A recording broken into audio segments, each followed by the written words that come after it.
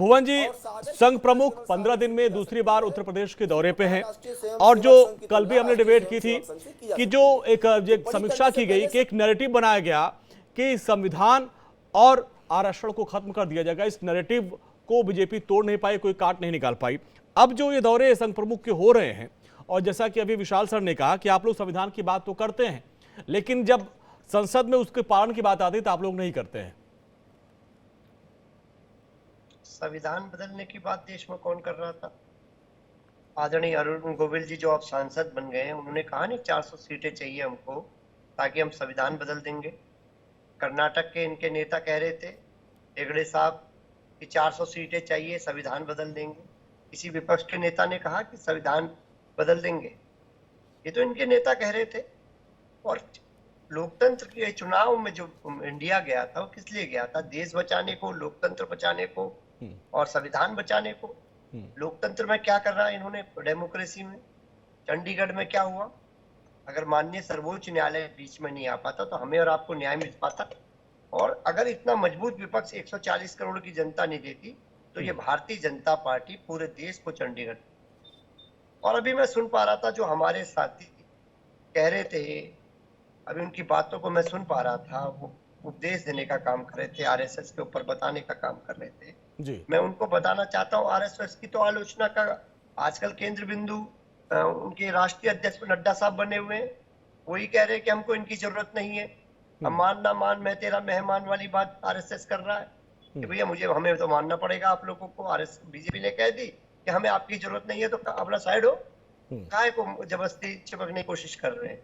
ये तो हालांकि आंतरिक मामला है जी। लेकिन मैं इतना जरूर कहना चाहता हूँ, आज जो भारतीय जनता पार्टी में चाहे दिल्ली और लखनऊ के बीच में फुटओवर की स्थिति हम देख पा रहे हैं, आरएसएस और बीजेपी के फुटओवर की स्थिति, जिसका एक निचोड़ है, एक सामान्य सा निचोड़ ये है कि अब जो हार का ठीकरा है वो किस पे फोड़ा जाए। योगी जी अपने पे फुड़वाने को तैयार नहीं है, मोदी जी करने को तैयार नहीं है, किसको बलि का बकरा बनाया जाए, ये स्थिति समीक्षा बैठक में। जोशी जी, दो सवाल आते हैं, जैसा कि विशाल जी ने पूछा था और आपने भी अभी कहा कि भाई जो संविधान खत्म करने की बात थी, दो लोगों का आपने नाम लिया, लेकिन आप संसद में हर मुद्दे पे कहते भाई प्रधानमंत्री जी बोलिए, प्रधानमंत्री जी बोलिए। उस मुद्दे पर प्रधानमंत्री ने हर सभा में जाके कहा कि कोई खत्म नहीं कर सकता, ऐसा हो ही नहीं सकता। तो आपको प्रधानमंत्री मोदी की बातों भरोसा नहीं था या आपको ये बहुत सुचारू मिल गया, आपके आइडियोलॉजी के हिसाब से मिल गया मुद्दा और आप उसको लेकर जनता के बीच चले गए और आपने कहा कि अगर ये आ गए मोदी जी तो संविधान खत्म कर देंगे? देखिए, मोदी जी की बात पर विश्वास होता तो काला धन आ जाना चाहिए था। तो फिर आप हर मुद्दे पे आप मोदी जी को संसद में सुनना क्यों चाहते हैं? वहां पे तो आप मान नहीं रहे, वो कह रहे हैं कि भाई संविधान खत्म हो ही नहीं सकता, कोई नहीं कर सकता, मैं हूं चाहे कोई हो। मोदी जी की बात पर देश विश्वास करने को तैयार नहीं है ना। 15 लाख रुपए तो तीसरी बार कैसे वो सत्ता में आ गए? आप लोग तो नहीं आ पाए, आप तो मिलके उनके बराबर नहीं पहुंच पाए। सर मैं आपसे कहना चाहता हूं, अगर 303 सीटें आने के बाद 240 पे अगर आप इसको जीत कह रहे हो भारतीय जनता पार्टी, अरे तो सर तीसरी बार में तो वैसे आप लोग भी सत्ता में थे, 17 में, 22 में क्यों नहीं आ पाए? इतना अच्छा काम किया था, ये तो तीसरी बार में। एक विषय अभी बहुत उससे ज्ञान बांट रहे थे, वो ये कह रहे थे कि जो 8,000 8,500 रुपए देने की बात थी, इन्होंने कंडक्ट करा उसका। मैं इनसे पूछना चाहता हूँ, ये 15 लाख रुपए अकाउंट में दे देते तो काहे को ऐसा होता? 15 लाख अकाउंट में आ गए आपके, अंजनी आप बताइए आपके अकाउंट तो जोशी जी उन्होंने कहा था कि आपके अकाउंट पे हम 15 लाख रुपए डाल देंगे, जैसा कि आप लोग 85 रुपए डालने की बात कर रहे थे। उन्होंने कहा था ऐसा कि हम आपके अकाउंट में डालेंगे। हाँ, उन्होंने बोला कि 15 लाख रुपए हर एक को देंगे। उसके बाद जुमला बोल दिया, काले धन पे जुमला बोल दिया, 2 करोड़ नौकरी पे जुमला बोल दिया, अच्छे दिन पर को जुमला बोल दिया। सब बातों को तो जुमला बोल देते हैं भारतीय जनता पार्टी के लोग। आदरणीय मोदी जी पे जो देश का विश्वास है वो अच्छा देखिए, कई जगहों पे 8500 रुपया खटाखट लेने के लिए पहुंच गया। अखिलेश भैया ने बोला था, उधर तेजस्वी ने बोला था, राहुल जी ने बोला था, लोग लाइन लगा खड़े हैं कि आप देने वाले हैं। तो 15 लाख अकाउंट में लेने के लिए भी तो हम लोग पहुंचे थे। आप लोग उसको कवर नहीं कर पाए तो ये आप लोग गए थे। हम तो गए थे 15 लाख मांगने, हम तो मांग रहे हमारे परिवार में। ठीक है, अब उमेश चतुर्वेदी जी, अब ये जो बातें आई, हालांकि हम लोग संघ पे बात करें बीजेपी की, लेकिन वो कह रहे हैं कि 15 लाख रुपए अकाउंट में देने की बात की गई थी। 8500 रुपए की बात खुद इन्होंने कही। क्या 15 लाख रुपए कहा गया था कि हम व्यक्ति के अकाउंट पर डाल लेंगे, अकाउंट खुलवा लीजिए, आपके अकाउंट में पैसा डाला जाएगा? बिल्कुल नहीं, ये गलत बयानी है। और अगर राजनीतिक दल से आप उम्मीद कैसे कर सकते हैं कि इस तरह से वो बातें करेंगे कि बिल्कुल सच बोलेंगे अगर वो विपक्ष की राजनीति करते हैं, तो अब वो राजनीति रही नहीं। यह आपको भी पता है, और जो भी नरेंद्र मोदी के 2014 के चुनाव अभियान को माइन्यूटली वॉच कर रहा होगा, उसको देख रहा होगा, उन्होंने छत्तीसगढ़ की एक सभा में कहा था कि अपने देश का इतना काला धन विदेशों में पड़ा है कि अगर उसको भारत ला दिया जाए तो हर व्यक्ति को हर परिवार को 15-15 लाख मिल सकता है। ये नहीं कहा था कि हम देने जा रहे हैं और लाने जा रहे हैं। तो लेकिन ये लोग तो लेने पहुंच गए थे बैंक में। जोशी जी कह रहे थे कि हम लोग तो बैंक में पहुंच गए थे, आपने दिखाया नहीं।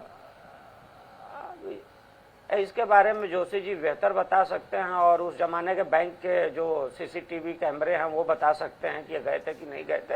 हाँ। लेकिन ये है कि विपक्ष इस नैरेटिव को स्थापित करने में सफल रहा कि मोदी जी ने कहा था कि 15 लाख रुपए देंगे, जबकि ऐसी कोई बात नहीं थी। और निश्चित तौर पर आप देखेंगे कि राजनीति जो है ना, पर्सपेक्टिव का खेल है, और आज तो नैरेटिव का खेल हो गया, पर्सपेक्टिव से ज्यादा नैरेटिव का हो गया। और इसमें आप बिल्कुल सही कहा आपने कि 8500 रुपए खटाखट देने का बहुत ज्यादा असर हुआ, खासतौर पर उत्तर प्रदेश जैसे राज्य में, जहां कहा गया कि अभी आप वोट दो और 8500 रुपए लो। और ये ऐसा बयान था, बिल्कुल बयान था। राहुल गांधी ने तो जगह जगह दिया कि आपको गया, आपके खाते में गया खटाखट खटाखट। और कांग्रेसियों ने तो, और खासतौर पर समाजवादी पार्टी के थोड़े कम कार्यकर्ताओं ने, लेकिन कांग्रेसी कार्यकर्ताओं ने, कांग्रेसी नेताओं ने तो खटाखट खटाखट नाम से ट्विटर अकाउंट पर जबरदस्त हैंडलिंग शुरू कर दी थी, जबरदस्त उसका प्रचार शुरू कर दिया था। बिल्कुल, तो इसका असर तो पड़ा। लेकिन ये हम लोग चर्चा कर रहे थे कि संघ प्रमुख अगर उत्तर प्रदेश जा रहे हैं तो इसके मायने क्या हैं। इसका मायने अगर देखें तो मायने तो ये है कि संघ को चिंता होनी चाहिए कि जिस तरह का उसने सपना देखा है भारत को बनाने का, अगर वो उस तरह की सरकार वो नहीं दे पा रहा है, या उसके समर्थित दल नहीं दे पा रहे हैं, या उसके जिससे सहानुभूति उसकी रहती है वो नहीं दे पा रहे हैं, तो उसकी चिंता स्वाभाविक है। और वो कहता भी है, जैसा कि डॉक्टर विशाल ने कहा कि संघ एक तरह से लोक पोषण की बात करता है और लोक परिष्कार की बात करता है। तो लोक परिष्कार में जो सहयोगी होगा उसके लिए तो चिंतित होगा ही, जो सहयोगी नहीं होगा उसके लिए वो ज्यादा चिंतित नहीं होगा, हालांकि वो कभी विरोध किसी दल का नहीं करता है। तो मुझे लगता है कि हमें चर्चा अगर इस पर कर रहे हैं तो ये फालतू की बातों की बजाय ये बताएं कि आखिर इस दौरे से क्या क्या हासिल होने वाला है और क्या क्या हासिल नहीं हो सकता है, और क्या क्या जो अंतर्विरोध हैं वो सामने आ सकते हैं। मुझे लगता है इस पर ज्यादा चर्चा होनी चाहिए। लेकिन होता क्या है कि चाहे मीडिया के मंच हो, चाहे जनता के मंच हो, राजनीतिक दल अपने नैरेटिव के हिसाब से चर्चा करने लगते हैं। और ये भारत की राजनीति है। आप देखेंगे कि संविधान बदल देंगे, 8 मोदी सरकार के दौरान ही 8 संविधान संशोधन हुए हैं, और उसमें से जीएसटी वाला एक ऐसा संशोधन है जो विशेष कैटेगरी का, अनुच्छेद 368 में जो दिया गया है, विशेष कैटेगरी का संशोधन है, जिसमें दोनों हाउसेज में, संसद के दोनों सदनों में 2/3 बहुमत चाहिए होता है, और कम से कम आधे से ज्यादा राज्यों का समर्थन चाहिए होता है। आप बताइए कि जीएसटी लागू हो गया तो उसमें क्या बिना 2/3 बहुमत विपक्ष के सहयोग के मिल सकता था? तो निश्चित तौर पर इसका जवाब नहीं में है। विपक्ष ने भरपूर सहयोग किया, इसी नरेंद्र मोदी को सहयोग किया। उसने जीएसटी का कानून को आप ये कह रहे हैं कि अंदर सदन में समर्थन देते हैं, बाहर जनता के बीच जाके कहते हैं कि तानाशाही हो रही है। बिल्कुल, ठीक है, बिल्कुल बिल्कुल। ऋषि भाई, ऋषि भाई जवाब दीजिए। करके ये गलत बात है। गलत बयानी जो नैरेटिव सेट करते हैं विपक्ष के लोग, जैसे आपने भी कहा कि अभी तक हम ये सुनते थे कि भाई बीजेपी और मोदी जी नैरेटिव सेट करते हैं, लेकिन इस चुनाव में इंडिया गठबंधन ने नैरेटिव सेट किया। देखिए, अब जो परिपाटी बीजेपी ने शुरू की थी वो परिपाटी को विपक्ष ने फॉलो कर लिया है। उमेश जी ये कैसे कह सकते हैं कि ये जो 15 लाख की बातें थी, बिल्कुल चुनाव में ऐसी बातें कही जाती है। अभी ऐसी कोई ऐसा धारणा नहीं था, तो फिर अमित शाह ने क्यों कहा ये एक जुमला है? जुमला क्या होता है? जुमला का क्या आप डिफिनेशन समझते हैं दिनेश जी? या वो उन्होंने जो उमेश जी ने कहा, जो हम लोगों ने सुना, उन्होंने कहा था कि इतना पैसा बाहर है कि अगर वो आ जाए तो हर परिवार को 15 लाख रुपए मिल सकते हैं। मैं मानता हूं नरेंद्र मोदी जी ने वही कहा था, बिल्कुल आप सही कह रहे हैं। हाँ, फिर अमित शाह ने ये क्यों कहा कि ये जुमला एक चुनावी जुमला तो उसको तो उदाहरण मतलब जुमला तो हुआ कि मिल सकता है, मिलेगा। नहीं सुन, गा और सकता में अंतर है ना। नहीं, सुन लीजिए, मेरा ये कहना था कि नरेंद्र मोदी ने यदि ऐसा नहीं कहा था, तो अमित शाह को स्पष्ट ये कहना चाहिए था उस इंटरव्यू में कि नरेंद्र मोदी जी ने ऐसा कहा था। जबकि अमित शाह ने ये कहा है कि ये एक चुनावी जुमला है। चुनावी जुमला कहने का अर्थ ये हुआ कि अमित शाह ने ये माना कि नरेंद्र मोदी ने ऐसा कहा था। स्पष्ट अमित शाह को कहना चाहिए था कि जैसे अभी उमेश जी देखिए वो कह रहे हैं कि मान लिया कि ये कहे थे। हाँ, उमेश जी जवाब देंगे जी। नहीं, मैं ये कह रहा हूँ, अमित शाह कोई छोटा आदमी है नहीं। हाँ। अमित शाह कोई पार्टी के जिलाध्यक्ष तो है नहीं। हाँ। पार्टी के उस समय शायद अध्यक्ष थे, अभी गृह मंत्री है, और नरेंद्र मोदी के बाद सबसे ताकतवर नेता कोई भाजपा में है तो अमित शाह जी हैं। अंजनी जी, मुझे लगता है कि अगर ऋषि जी पार्टी बनकर के आए हैं और भारतीय जनता पार्टी के विपक्षी दल के रूप में आए हैं, तब तो पत्रकार है, ऐसे ही मुखर अपनी बात रखते हैं। वो पत्रकार है, ऐसे मुखरों की बात रखते हैं, लेकिन आएगा और हम दे देंगे, यही वाला अंतर है। अरे भाई साहब, 2 सेकंड आ सकता है, आएगा भी नहीं। सुन तो लीजिए उमेश जी, छोटे भाई को भी सुनना चाहिए, छोटे भाई को भी सुनना चाहिए। जो उमेश जी ने मुझे आरोप लगाया है कि एक पार्टी के पक्षकार बन के आए हैं, ये मैं अपने बड़े भाई मैं ये नहीं बोला, मैंने ये नहीं बोला, मैंने ये कहा कि अगर वो प्रवक्ता बन के आए होंगे तब तो बोल सकते हैं, लेकिन वो प्रवक्ता बन के आए नहीं है।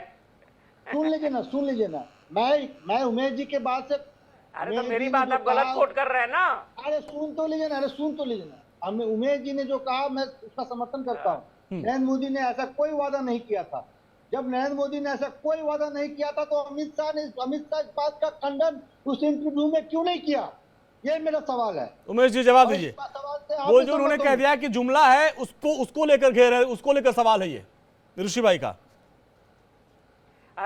सबसे पहले मैं ऋषि भाई को ये बोलना चाहूंगा कि वो मुझे गलत कोट कर रहे हैं कि मैंने उनको विपक्षी बताया। हाँ। मैंने कहा कि अगर वो विपक्षी बन के आते और ये कहते तो मान लिया जाता। हाँ।